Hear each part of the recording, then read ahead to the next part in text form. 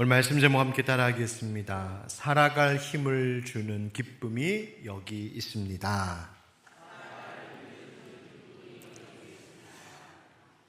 우리는 오늘도 하나님의 말씀을 들으며 하나님의 뜻이 무엇인지를 알기 위해 모였습니다. 우리는 늘 궁금해하며 삽니다. 하나님 뜻이 뭘까? 나를 향한 하나님의 뜻, 내 가정을 향한 뜻이 뭘까? 내 자녀들을 향한 하나님의 뜻이 뭘까? 늘 궁금해합니다.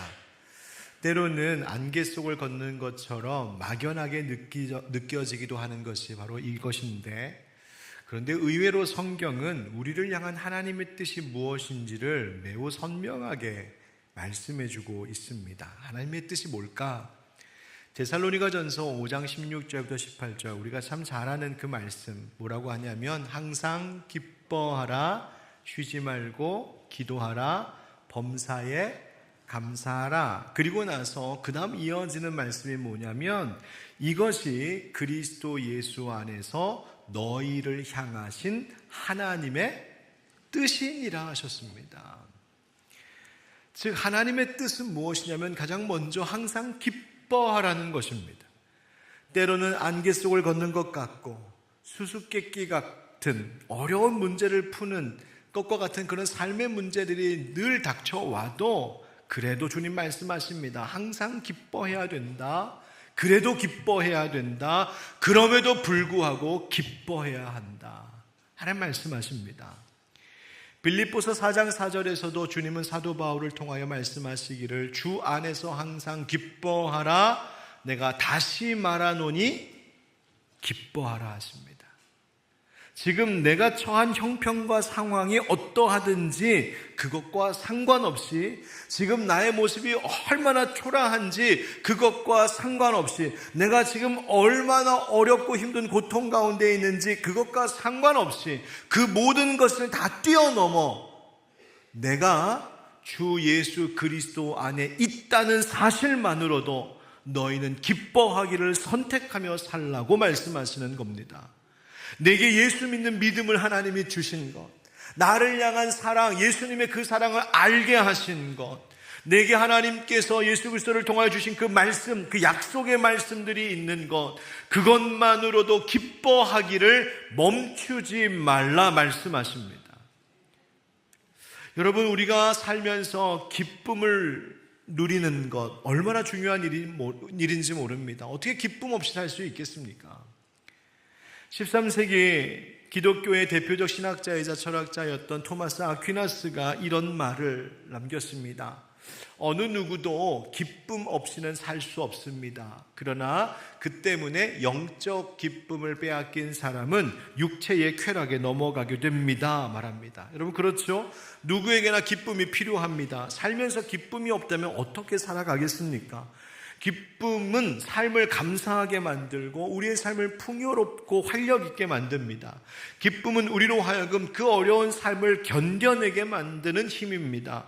기쁨이 삶을 의미 있게 만듭니다. 그래서 사람들은 더 크고 더 많은 기쁨의 이유들을 얻고자 애를 쓰며 삽니다. 이것 있으면, 이렇게 되면 기뻐할 수 있을 것 같아서. 그러나 많은 경우 마치 사람들은 무지개를 따라다니는 것처럼 가도 잡히지 않는 것을 쫓아가듯이 그렇게 살아갈 때가 참 많습니다. 내가 저것만 붙잡으면 기쁠 수 있을 것 같은데 열심히 그래도 달려왔는데 막상 와서 보니 거기에 참 기쁨이 없는 것이죠. 토마스 아퀴나스의 말처럼 영적인 기쁨, 이것을 말한다는 것은 영적인 기쁨이 아닌 기쁨도 있다는 것인데, 바로 육체적인 기쁨, 세속적인 즐거움, 물질적이고 우리의 말초신경을 자극하는 그런 감각적인 기쁨, 만족, 그것을 얻기 위하여서 영적인 기쁨을 등한시하며 살면 그 결과가 뭐냐? 어느새 육체의 쾌락에 넘어가 있는 나 자신을 발견하게 될 것이라는 겁니다. 여러분, 기독교의 3대 고전이 무엇인지 아십니까? 물론 어떻게 평가하느냐의 기준에 따라 다르지만 일반적으로 기독교 역사 속에 기독교 교회의 3대 고전, 그러면 이 세 가지를 많이 듭니다. 어거스틴의 고백록, 그 다음 토마스 아켐푸스의 그리스도를 본받아, 그 그다음 존 버년의 철로 역정, 이 세 가지입니다. 여러분, 우리가 한평생 그리스도인이라고 하는 이름으로 살면서 이 세 가지는 좀 읽어보시면 좋겠다 권면합니다. 이게 옛날에는 다 번역이니까 라틴어 번역이고 영어 번역이고 하니까 좀 읽기가 어려웠지만, 요즘에는 현대인들에게 익숙한 말로 번역된 책이 버전이 많이 나왔거든요. 그래서 한번 올해는 이런 책들을 좀 가까이 해보면 굉장히 유익함이 있습니다. 자, 그 중에 첫 번째로 말씀드렸던 이 고백록을 쓴 어거스틴은 누구냐? 4세기, 그러니까 초기 기독교 교회죠. 4세기의 히포의 교부였던 이인데, 기독교 신학과 서구 철학의 토대를 놓았던 매우 중요하고 위대한 교부이자 신학자가 바로 이 어거스틴입니다. 여러분, 어거스틴 이야기 많이 들어보셔서 아시는 분들은 아시겠지만, 어거스틴은 젊어서, 그러니까 10대, 20대 때 무제한히 방황하고 방탕하게 살았습니다. 그런데 그가 왜 그렇게 방황하고 세상의 즐거움을 쫓아 살았을까? 그가 그냥 단순하게 노는 게 제일 좋아, 그래서 그냥 놀러 다닌 것이 아니고요. 그 마음속에 해결되지 않은 인생의 문제가 하나 있었어요. 그게 뭐냐면, 도대체 우리의 인생들 가운데 이 세상에 참 기쁨은 어디에 있을까에 대한 문제가 해결되지 않았던 탓이었습니다. 참 기쁨은 도대체 어디에 가면 얻을 수 있을까, 찾을 수 있을까, 그것 찾아다니는 것이었습니다.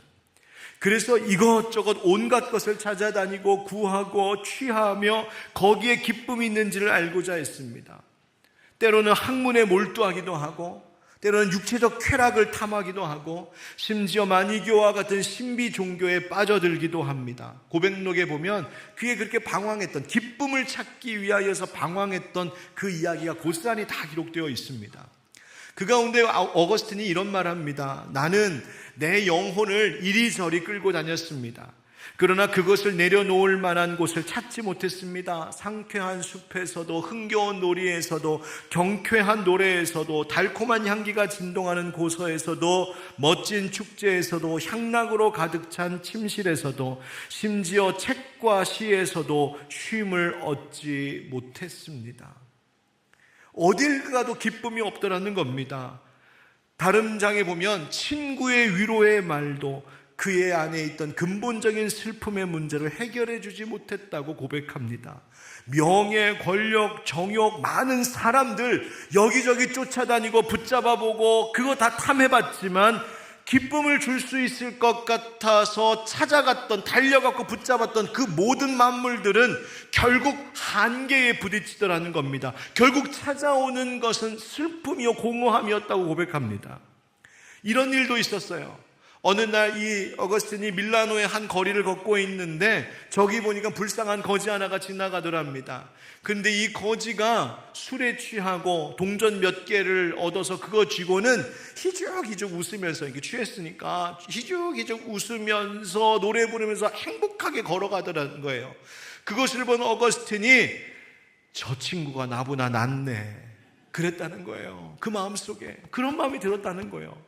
나는 그렇게 기쁨을 찾으려고 여기저기 다녀도 행복과 만족이 없는데, 늘 슬픔과 우울과 절망 속에 있는데, 아니 저 거지는 뭐가 그렇게 좋아서 기뻐할까?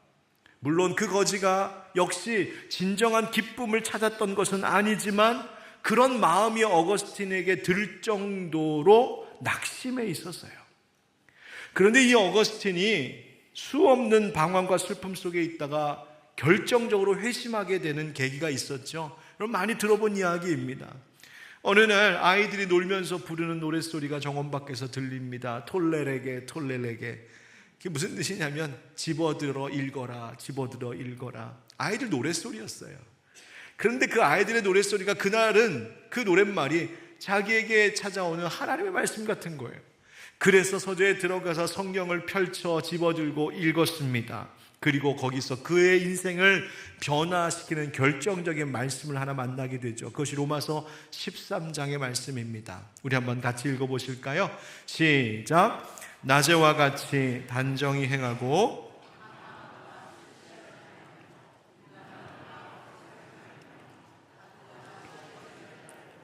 오직 주 예수 그리스도로 옷 입고 정욕을 위하여 육신의 일을 도모하지 말라. 아멘. 무엇으로 옷을 입으라고요?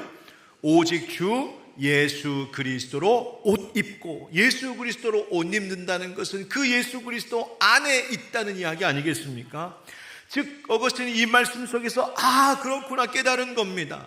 참된 기쁨 내가 어디에 가서 찾을 수 있을까 그렇게 방황하면서 다녔는데, 술 취함이나 음란함이나 육체적 쾌락이나 거짓과 속임으로 어떤 이익을 얻는 것이나 명예, 물질, 권력, 사람, 그런 것 안에 있는 것이 아니라 참 기쁨은 오직 주 예수 그리스도 안에 있구나, 그것을 깨닫고 발견한 것입니다.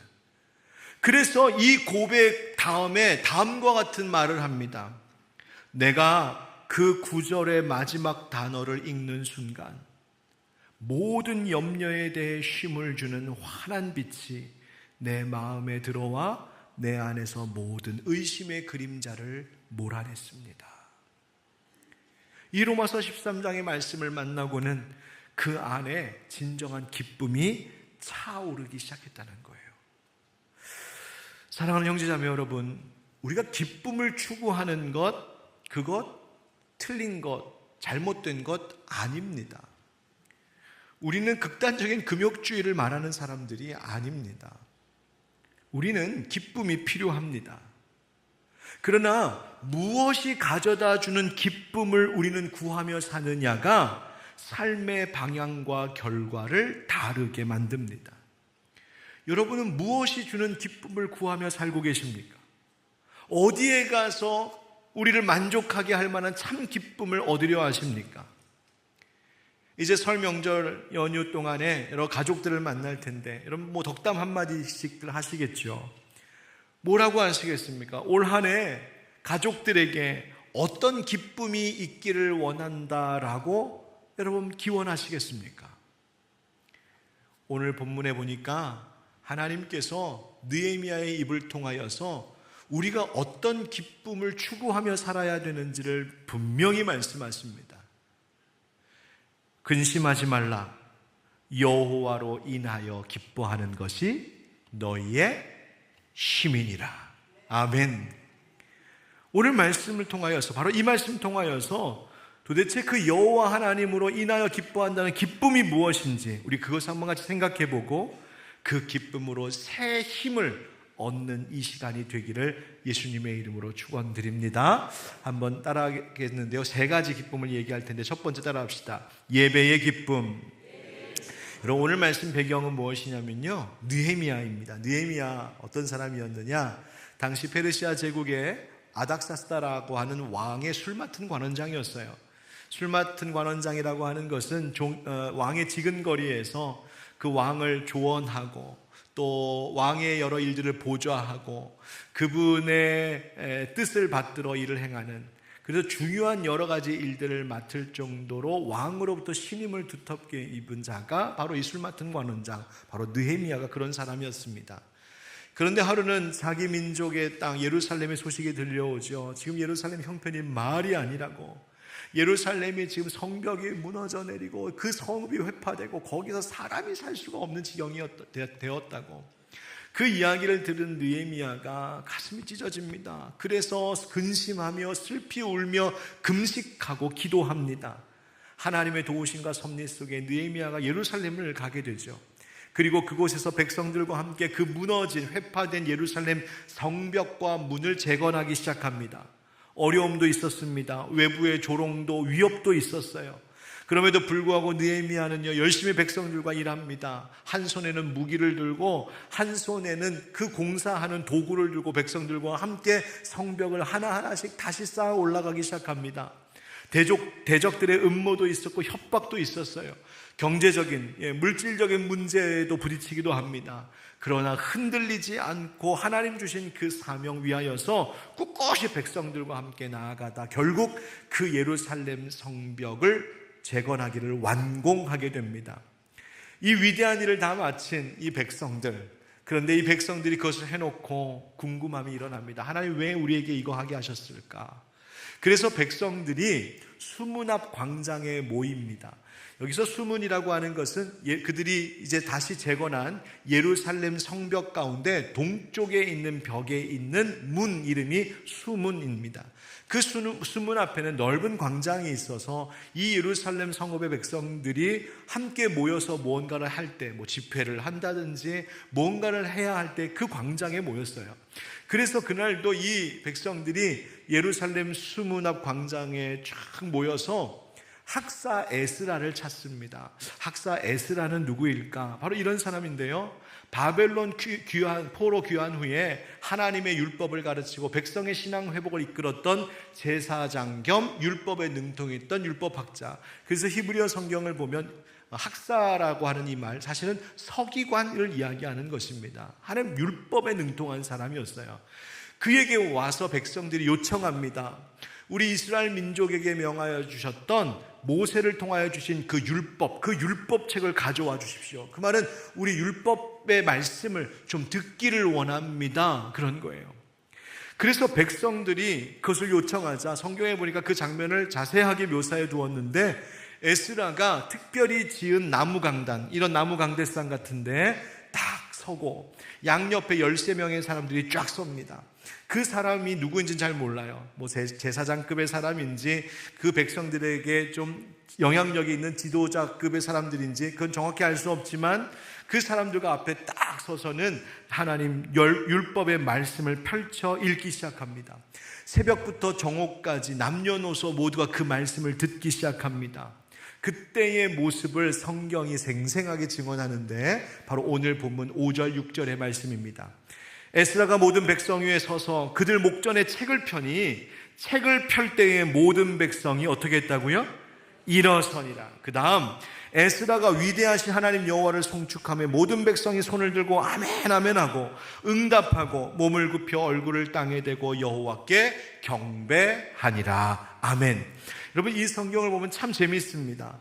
에스라가 백성 앞에서 그 율법책을 펼치고 읽을 때에 그들의 반응이, 백성들의 모습이 잘 설명되어 있어요. 첫 번째는 모두 일어났다는 겁니다. 여러분, 말씀의 선포 앞에 왜 백성들이 일어났을까? 말씀이 선포되는 그곳이 바로 하나님의 임재가 있는 곳임을 알았기 때문입니다. 그래서 그 하나님 앞에 경외심을 보이는 거예요. 여러분, 옛날 우리 사극 같은 거 봐도 왕이 시골마다 다 다니지 못하잖아요. 그래서 전령자 신하를 통하여서 왕의 명령을 딱 가지고 오면 그 신하 앞에 그 명령을 받는 백성 혹은 그 고을의 높은 사람도 그 신하 앞에 무릎을 팍 꿇고 그 왕의 명령을 받지 않습니까? 마치 그런 것이죠. 그래서 오늘 우리도 말씀이 봉독될 때에 다 같이 자리에서 일어나는 기독교 예배의 전통 가운데 우리가 있는 겁니다. 우리 성경 봉독할 때마다 이게 지금 딱 잠자기 딱 좋은 타이밍인데 왜 또 일어나라고 하는가? 이거 허리도 아프고 무릎도 아픈데 왜 자꾸 일어났다 앉았다 하라고 하는가? 여러분, 하나님의 말씀 앞에 우리의 경외심을 표하는 거예요. 그것이 이제 일어나는 거예요.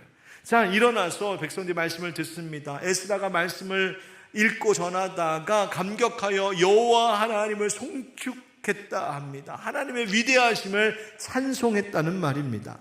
그러자 그 다음 백성들에게서 나타나는 세 가지 반응이 연속적으로 이어지는데, 히브리어를 보면 그 세 가지 반응을 쭉 연속해서 말하는데, 첫 번째가 뭐냐? 백성이 손을 들고 아멘 아멘 하고 응답했다는 겁니다.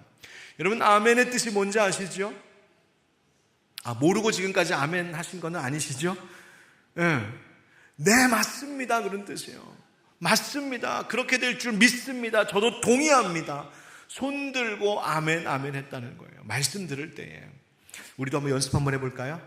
자, 손을 들고 따라하겠습니다. 아멘 아멘 아멘 아멘. 예, 순복음교회 오신 줄 알았죠? 예, 그런데 여러분, 그분들께 좀 배울 만한 게 있어요. 이런 거 배워야 돼요. 하나님 말씀 들려올 때마다 아멘 아멘 하면서 받는, 여러분, 그 필요합니다. 자, 벌써 보세요. 일단 순종하신 분들 계시잖아요. 여러분, 아멘으로 복 얻는 우리 되기를 주의 이름으로 축복합니다. 아멘. 예. 꼭 이렇게 해야지.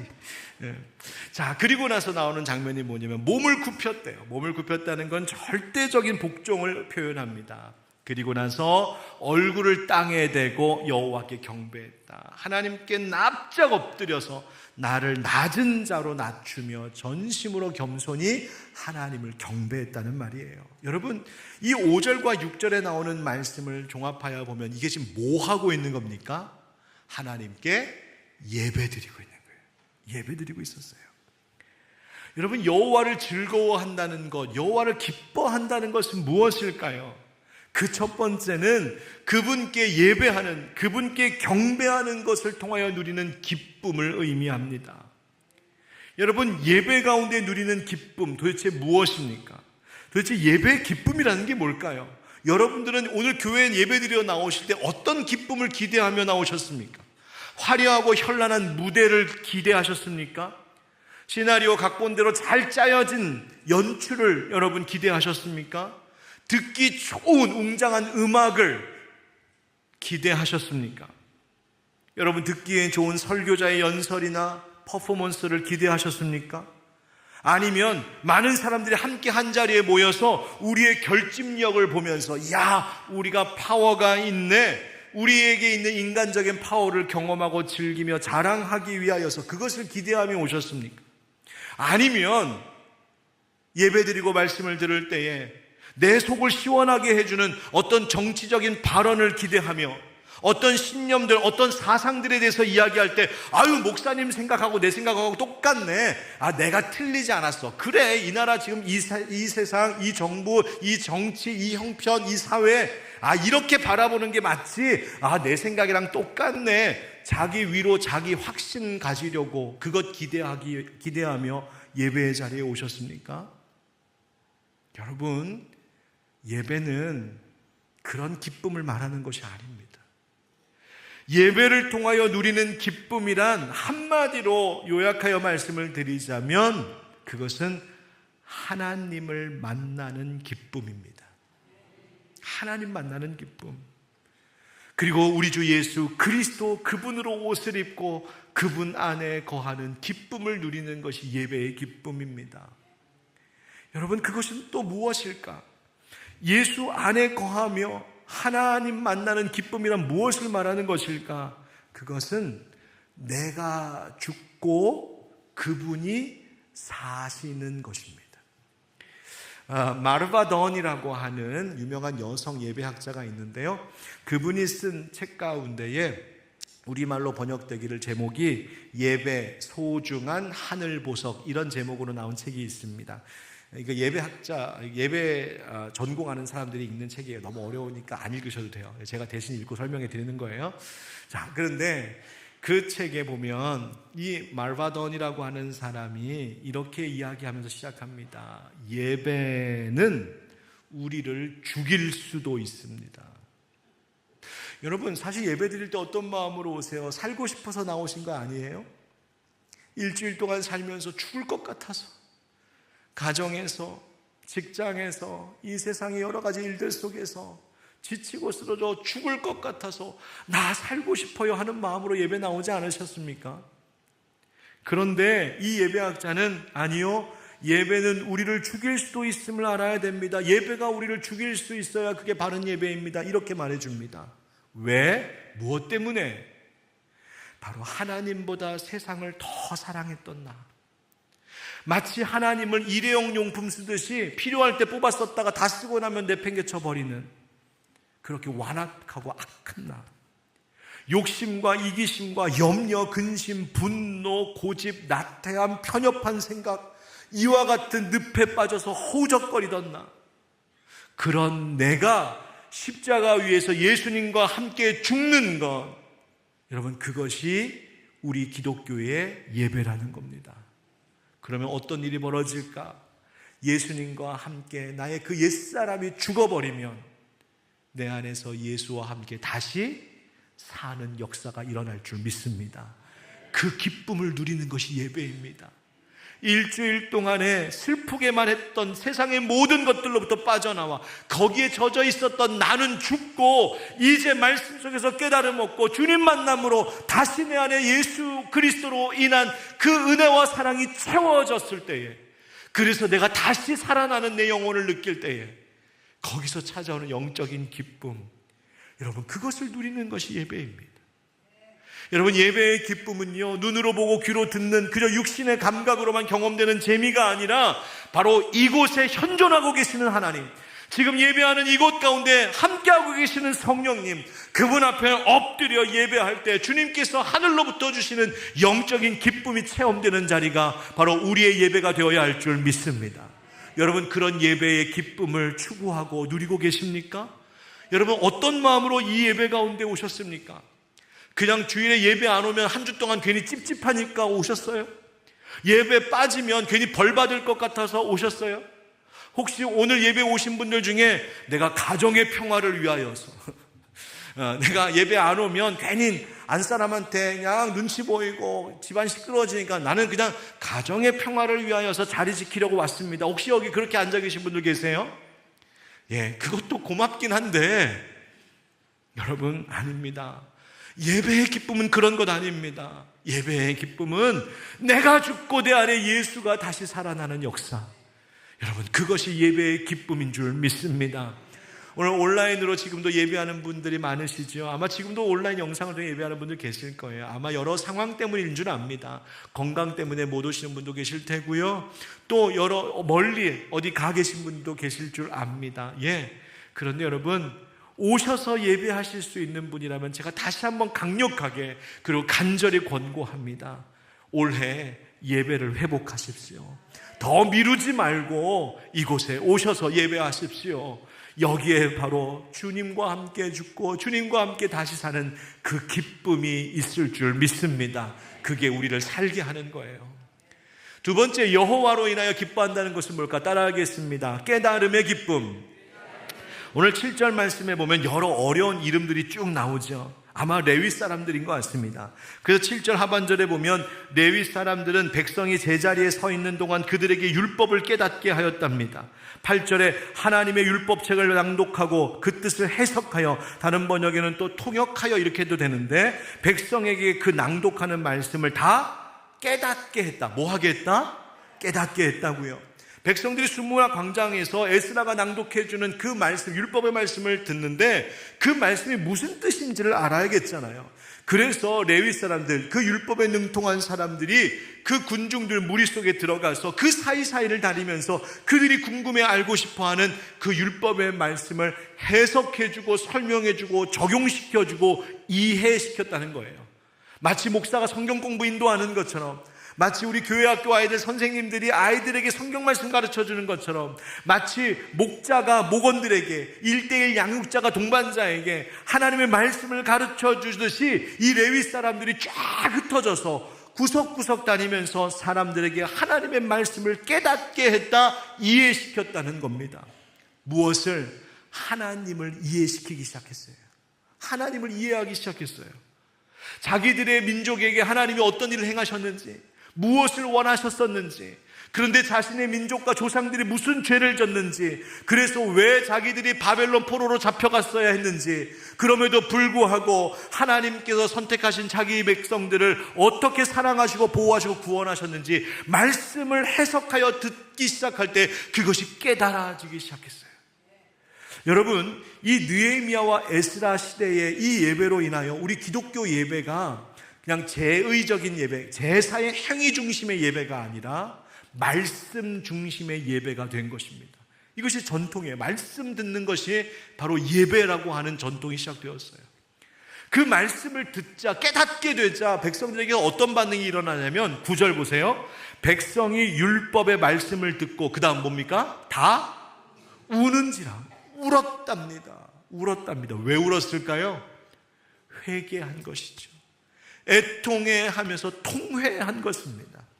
그러자 총독 느헤미야와 제사장 겸 학사 에스라와 백성을 가르친 레위 사람들이 모든 백성에게 이르기를, 오늘은 너희 하나님 여호와의 성일이니 슬퍼하지 말며 울지 말라, 위로하고 기쁨을 선포합니다. 여러분, 우리가 말씀을 들을 때에 얻는 그 기쁨이란 것은 무엇이냐면 그 말씀을 깨달음으로 먼저 우리가 어떤 죄인인지를 아는 것부터 시작합니다.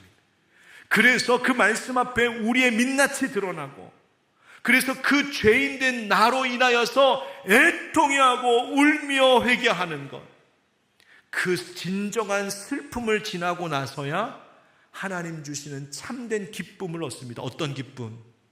네가 회개하였으니 내가 너를 용서한다. 구원의 약속의 말씀을 붙는 거예요. 예수님 말씀하셨죠. 진리가 너희를 자유하게 하리라. 죄의 모든 무거운 짐으로부터 해방감을 얻게 되는 그 기쁨, 여러분, 그것이 말씀의 깨달음이 주는 기쁨입니다.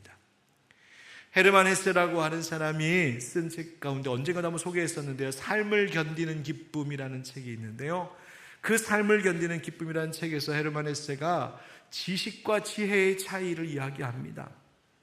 지혜와 지식은 다르다는 거예요. 지식은 뭘까? 지식은 정해진 법칙을 가르치고 전달하는 것이다. 예를 들면 이런 거죠.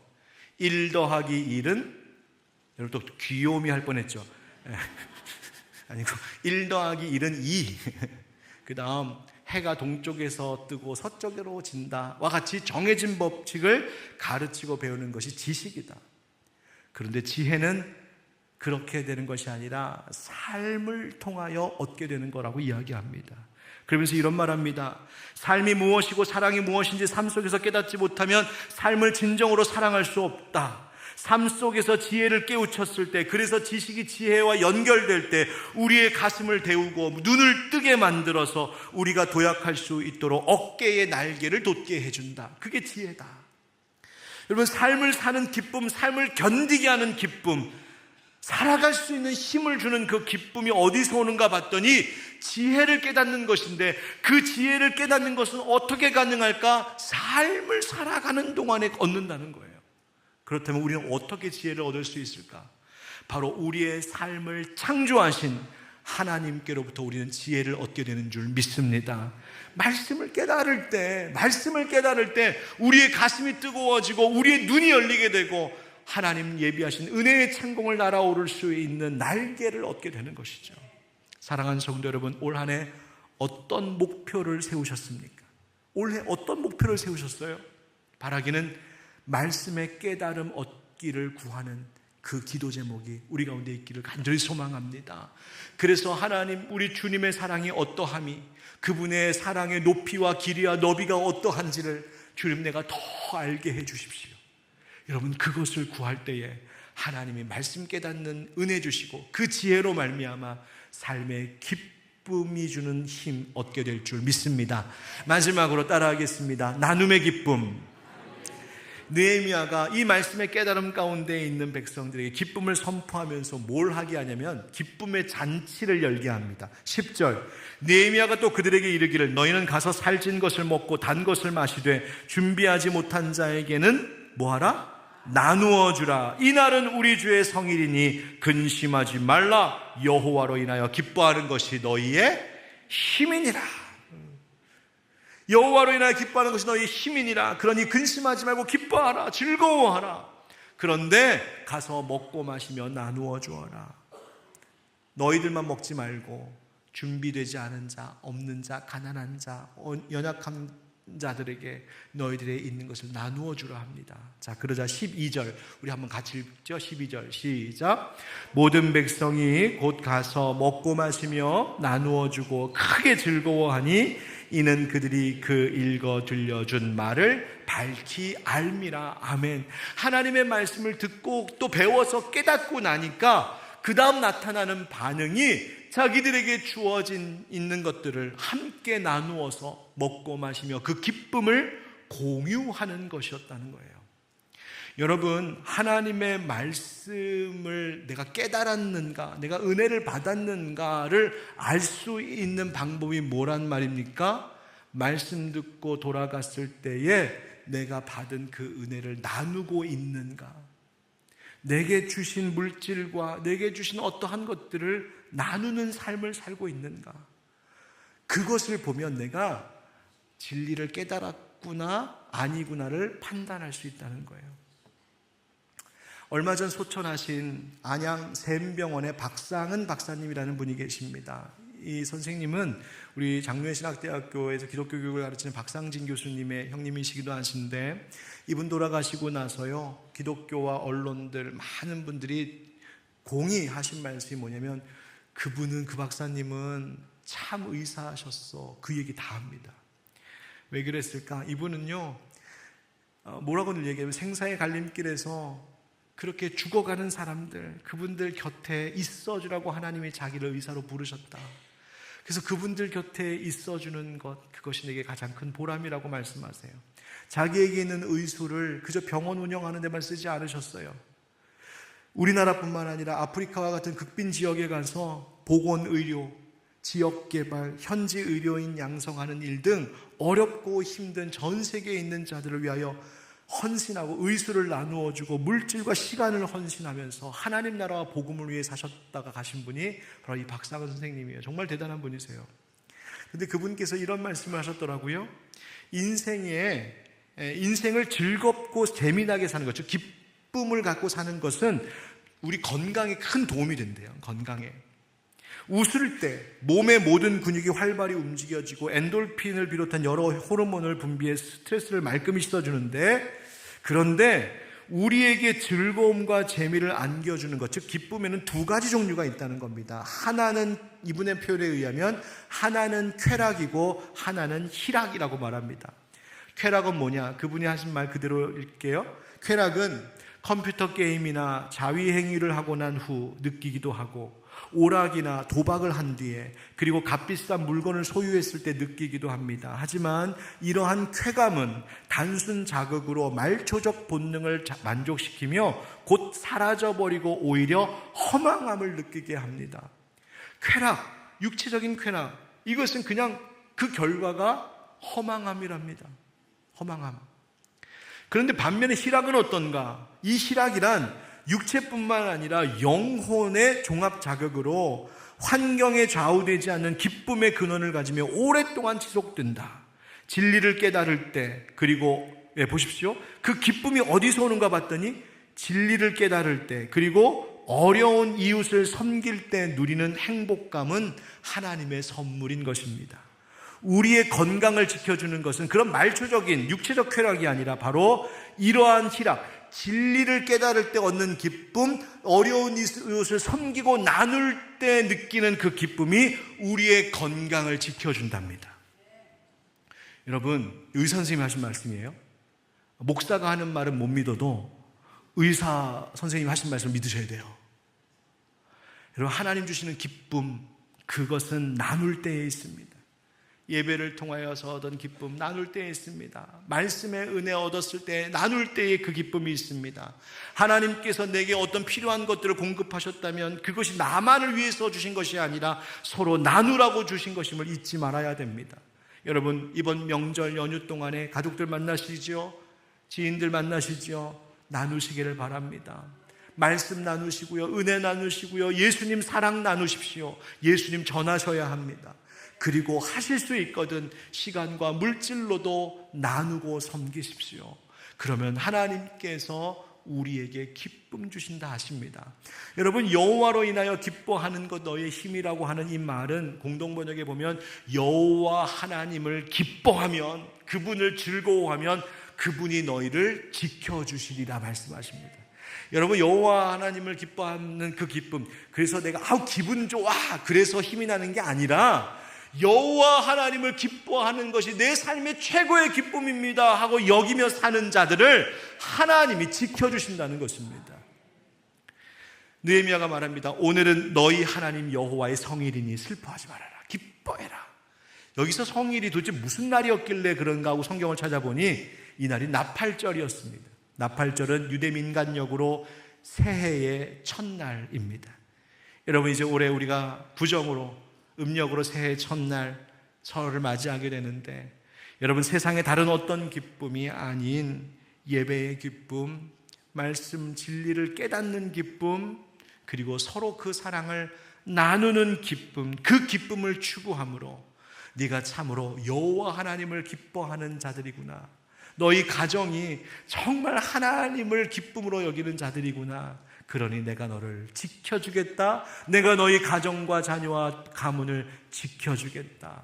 그 말씀을 듣고 은혜 나눌 수 있는 복된 이 명절 연휴가 되시기를 예수 그리스도의 이름으로 축원드립니다.